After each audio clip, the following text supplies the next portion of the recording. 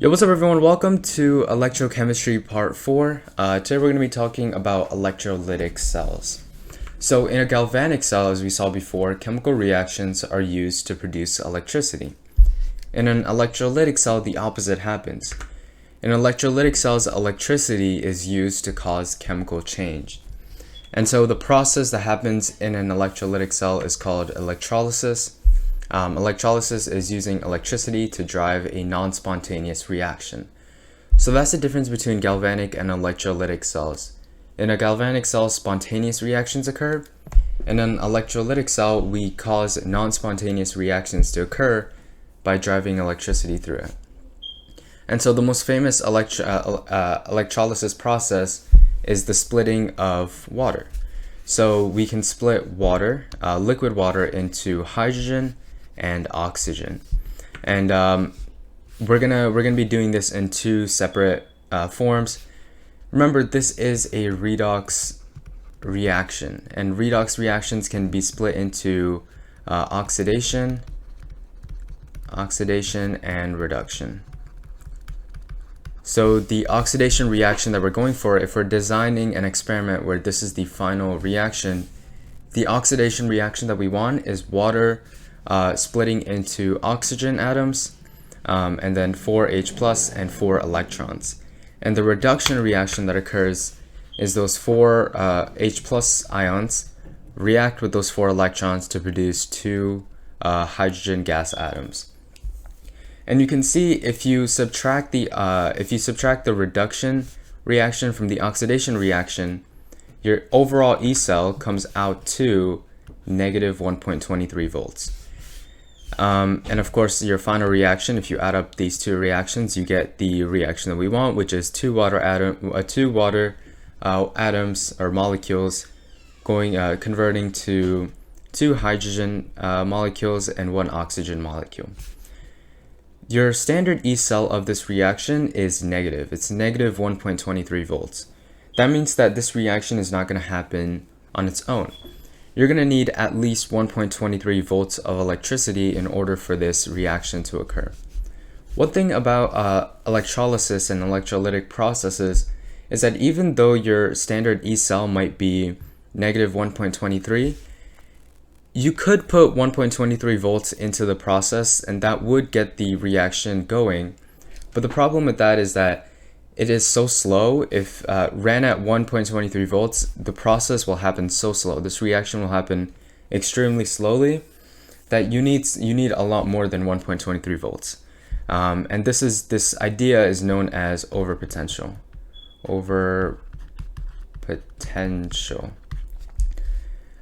So even though it says 1.23 volts, in order for this to be a significant reaction where it's happening frequently, you need more than 1.23 volts. All right, so let's take a deeper look at this reaction to see how it's going to happen. Let's look at an electrolytic cell. Often electrolytic cells are not separated. If you remember from galvanic cells look something like this, where you have your oxidation and reduction chambers separated, and you have some sort of wire connecting them, and some sort of salt bridge to balance out charges. I'm not going to draw it. It's too hard.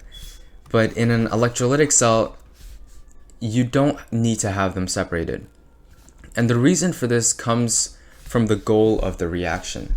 Remember, in a galvanic cell, what you wanted was that you wanted to take a chemical reaction, a spontaneous chemical reaction, and use that to produce electricity. You want these two separated because electricity is just a flow of electrons. The flow of electrons would not occur if you had both of these chambers together. If you had both of these chambers together, you would just have a chemical reaction happening, and electricity doesn't flow because you have nowhere for the electrons to flow through. But when you separate them and you put a wire between them, the electrons have to travel through this wire, creating a movement of electrons. And this movement of electrons is able to do work, and you could power a light bulb here. And so that's why you want in a galvanic cell for the cells to be separated. In an electrolytic cell, it doesn't matter whether or not the chambers are separated because you're not looking for a flow of electrons. You're trying to use electricity to cause a chemical reaction to occur. so you have no need to separate them. Also, a salt bridge is optional. In a galvanic cell, you have an accumulation of some sort of charge. Let's say you're accumulating positive charges here, and you're accumulating negative charges here.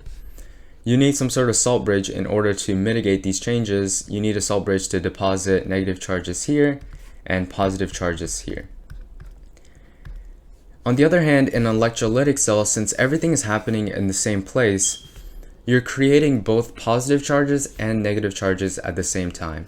So even though you are creating positive charges, you're also producing negative charges to balance those out.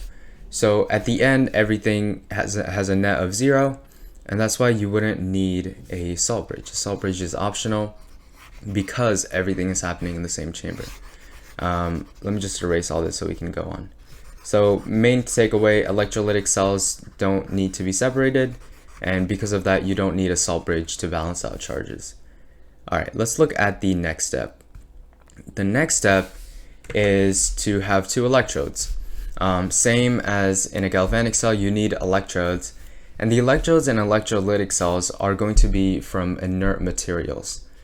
This involves things like graphite, iridium, platinum. Graphite's really commonly used because it's really cheap. You probably have graphite right next to you. It's the lead in your pencil. And these materials need to be able to conduct electricity, but they need to have no part in the actual reaction that's happening. Graphite has free-moving electrons, so it can conduct electricity. But what graphite doesn't do is involve itself in the reaction that's actually happening in the chamber. These electrodes are just there to conduct electricity and have no part in the actual reaction. Alright, and of course you're going to need an electrical current going through the 2 electrodes in order to produce an anode and a cathode. So you have a battery here. This is the notation for battery. The bigger bar here is the positive side, and the smaller bar is the negative side. And so when you have this, you have a positive charge on the right hand side, and you have a negative charge on the left hand side. Alright, now let me get rid of this really quickly. You have a positive and a negative charge. The problem is that you have a battery here. So what's happening is that the electrons can move from the positive side to the negative side, but in order to conduct electricity, you need to have a closed circuit. You have electrons going from the positive side all the way around to the negative side, but you have no way for them to get back to the positive side. And you need some sort of way to do that. So how do we do that? You might have seen it when I flashed the slide. You are going to need a electrolyte solution. One that's commonly used is sodium hydroxide. It's not really commonly used. It's sodium hydroxide. It's one that we can use. You also have other things made of sulfates and stuff like that. Essentially, you just need an electrolyte solution. An electrolyte solution is going to dissociate into these ions, like we have sodium plus and hydroxide here, and those ions are allowed to have free-flowing electrons, and so those ions can carry charges from the negative side back to the positive side. So you need an electrolyte solution in order to close the circuit here. Alright, and then that's your electrolytic cell. You have your anode on the right hand side, it's your positive side, and then you have your cathode, which is the negative side. And you have a complete flow of electrons. Positive side, the electrons from the positive side go through the battery, go to the negative side, and then those ions are able to carry those negative charges from the negative side back to the positive side. So that's a closed circuit. That's how electricity works. And so now we have our reactions occurring. In the anode, you have two of these water atoms. Remember, all of this is submerged in water. So all this blue stuff is water, and you have that water reacting to produce oxygen and hydrogen and then electrons. And this has a standard potential of standard cell potential of plus 1.23 volts. That's what's happening in the anode. Let's take a look at the cathode. So in the cathode, you have 4 of those H plus ions reacting with those 4 electrons to produce two hydrogen gas atoms, or molecules rather. And this, by definition, has a standard cell potential of 0 volts.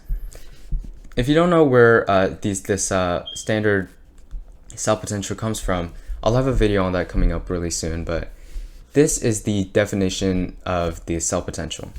So what do I mean? This reaction here was defined to have a standard cell potential of 0 volts. Every other reaction that you might see on those cell potential tables are relative to this reaction. So this reaction is defined to have a cell potential of 0 volts, and everything else is relative to this reaction. Alright, so at the anode you have water splitting into oxygen plus this stuff, and then in the cathode it takes that stuff and turns it into hydrogen gas. And overall your reaction comes out to two waters splitting into two hydrogen gas molecules and one oxygen gas molecule. Okay, that's how you make an electrolytic cell. I want to talk a little bit more about this cell in particular and how I want to talk about this reaction in particular and how an electrolytic cell might be designed for this. So obviously you need some sort of tubing around these electrodes in order to gather all the gases. So in the end, when your reaction occurs, you have gas accumulating on the negative side, you have hydrogen gas accumulating on the negative side, and you have oxygen gas accumulating on the right hand side. And if you notice, the amount of hydrogen gas that's produced is twice the amount of oxygen gas that's produced. And this is because water is in a 2-to-1 ratio between the hydrogen and the oxygen. There's twice as much hydrogen in a molecule of water as there is oxygen. So you have twice as much hydrogen gas produced as oxygen gas produced. And this is actually one of the ways that people first knew that hydrogen and oxygen were in a 2-to-1 ratio in water. So this reaction, this electrolytic cell, helped prove that. Alright, for the last bit, I want to show you a video by ScienceFix on YouTube, and it shows you how you can make a really simple electrolytic cell that does this exact reaction. It does electrolysis, splitting of the water molecule. So you have your chamber, which is in this case this plastic tubing here. You have your two electrodes, which are those metal pins, and you have your power source, which is that battery over there. Let me actually mute this. You have a power source to make sure that the electrolysis happens. You have your two electrodes, and you have the tube where this happens. Now he's going to fill it up with water, as you can see here, and he puts two tubes on the electrodes to gather the gases. And you can see as soon as he puts those electrodes on the battery, you have a flow of electrons in the water itself. There's some sort of electrolyte solution, and you can see how fast the reaction occurs. So that's gas evolution happening. On the left hand side you have hydrogen gas, and on the right hand side you have oxygen gas. So this is a really simple way to do this experiment yourself. And if I fast forward a little, you can see the gases. Yep, you can see, oh, I was wrong. So on the left hand side, you have the oxygen, and on the right hand side you have the hydrogen.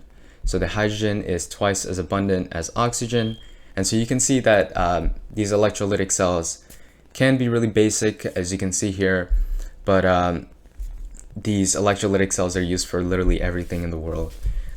Anytime you want a non-spontaneous reaction to occur, you can use a non-spontaneous redox reaction to occur. You can use an electrolytic cell. And they can get really complicated. You can have really complicated electrolyte solutions. You can have different electrodes based on what you want. But this is a basic fundamental understanding of an electrolytic cell. And we looked at the splitting of water, a really famous electrolysis reaction, to see it happening. I hope you were able to learn something. I hope this is helpful. Consider leaving a like and subscribing, and I hope to see you later. Thank you.